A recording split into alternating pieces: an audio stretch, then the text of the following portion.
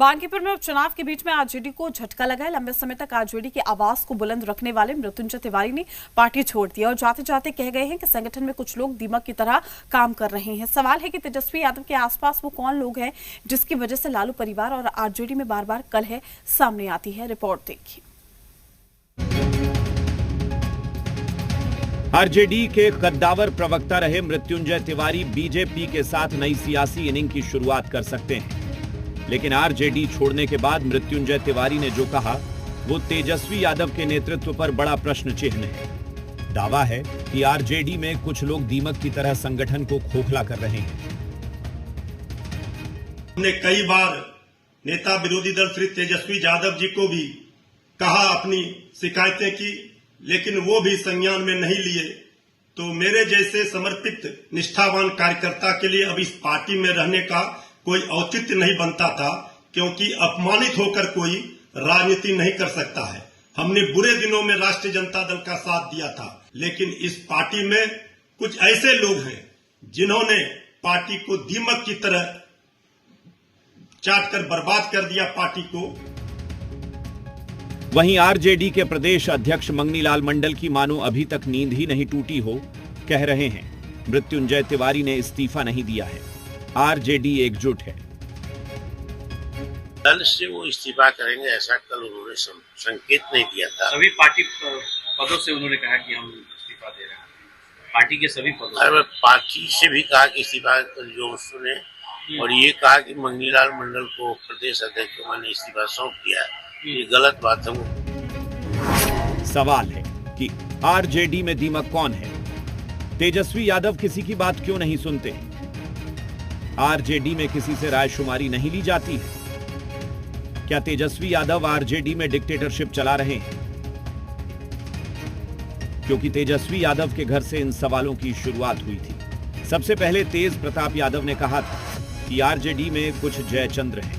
फिर लालू यादव को किडनी देने वाली बेटी रोहिणी आचार्य ने तेजस्वी यादव की टीम पर सवाल उठाए थे। रोहिणी आचार्य ने संजय यादव और रमीज का नाम लेकर भाई तेजस्वी को टारगेट किया था। हाल ही में पार्टी के स्थापना दिवस पर कार्यकर्ताओं ने शिकायत की थी कि तेजस्वी यादव किसी से नहीं मिलते, जबकि लालू यादव से आज भी मुलाकात हो जाती है। अब मृत्युंजय तिवारी कह रहे हैं कि तेजस्वी यादव के साथ दीमक जैसे लोग हैं। यही वजह है कि चिराग पासवान से लेकर मांझी पिता पुत्र दोनों मृत्युंजय तिवारी के बहाने तेजस्वी यादव पर हमलावर हैं। आदरणीय लालू प्रसाद यादव जी का मैं बहुत प्रशंसक मैं रहा हूं। मैंने उनका हमेशा बहुत सम्मान किया है, पर जिस तरीके से उन्होंने कार्यकर्ताओं को लेकर आगे चलने का काम किया, हर किसी को का समावेश करके सम्मान देकर आगे चलने का काम किया, कहीं ना कहीं ये परिस्थितियां मौजूदा नेतृत्व में नहीं दिखाई देती। राजद से अलग होकर के एक अच्छा काम किए हैं। हम समझते हैं कि राजद को जो उन्होंने सेवा की, राजद को तो झटका लगेगा ही।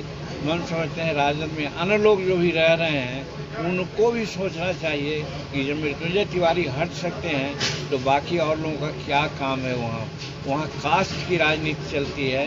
ये गलत जगह थे ही। वो बहुत ही अच्छे व्यक्ति हैं, जानकार भी हैं, और राष्ट्रीय जनता दल के कुकृत को हमेशा पर्दा डालने का उन्होंने काम किया। लेकिन जो कल्चर है वहाँ का, निश्चित तौर पर अच्छे व्यक्ति कभी वहाँ पर टिक नहीं पाएंगे। लेकिन कहीं भी हो, व्यक्तिगत स्वतंत्रता है, कहीं जाए न जाए उनका विषय है, लेकिन जवाबदेही उनकी बनती है, उनको यहाँ रहना चाहिए। लेकिन नहीं है, अब नहीं है तो उस पार्टी की तो यह दुर्गति होगी। वहीं कांग्रेस भी कह रही है मृत्युंजय तिवारी का पार्टी छोड़ना आरजेडी की सेहत के लिए अच्छी बात नहीं है। देखिए, मृत्युंजय तिवारी जी राष्ट्रीय जनता दल के वरीय प्रवक्ता रहे और उनका डेडिकेशन राष्ट्रीय जनता दल के प्रति था। चूंकि कुछ आंतरिक वजहों से उन्होंने इस्तीफा दिया है, ये खबरें आई है मीडिया के माध्यम से। मुझे पूरी उम्मीद है कि चूंकि राष्ट्रीय जनता दल इस संजीदगी को समझेगा और मृत्युंजय तिवारी जी की शिकायतें जो है वो राष्ट्रीय जनता दल में पार्टी के स्तर पर दूर की जाएगी। वहीं बीजेपी जेडीयू के लिए मानो बैठे बिठाए मुद्दा मिल गया है। लालू यादव जी ने जो राजनीतिक विरासत खड़ी की थी, वही उनके बेटे युवराज नेता प्रतिपक्ष तेजस्वी यादव जी से संभाले नहीं संभल रही है। तभी तो देखिए, एक एक करके कितने ही नेता राजद को छोड़ अब अपने दिल की बात जो है वो सामने लाकर मीडिया में कह रहे हैं। मृत्युंजय तिवारी जी का इस्तीफा इस बात का खुला प्रमाण है कि वर्षों तक पार्टी का बचाव करने वाले नेता की भी आवाज दबा दी जाती है। जब अपने ही नेता कह रहे हैं कि तेजस्वी यादव ने उनकी शिकायत तक नहीं सुनी, तो समझा जा सकता है कि राजद के भीतर लोकतंत्र पूरी तरह खत्म हो चुका है। तेजस्वी यादव एक के बाद एक चुनाव हार रहे हैं।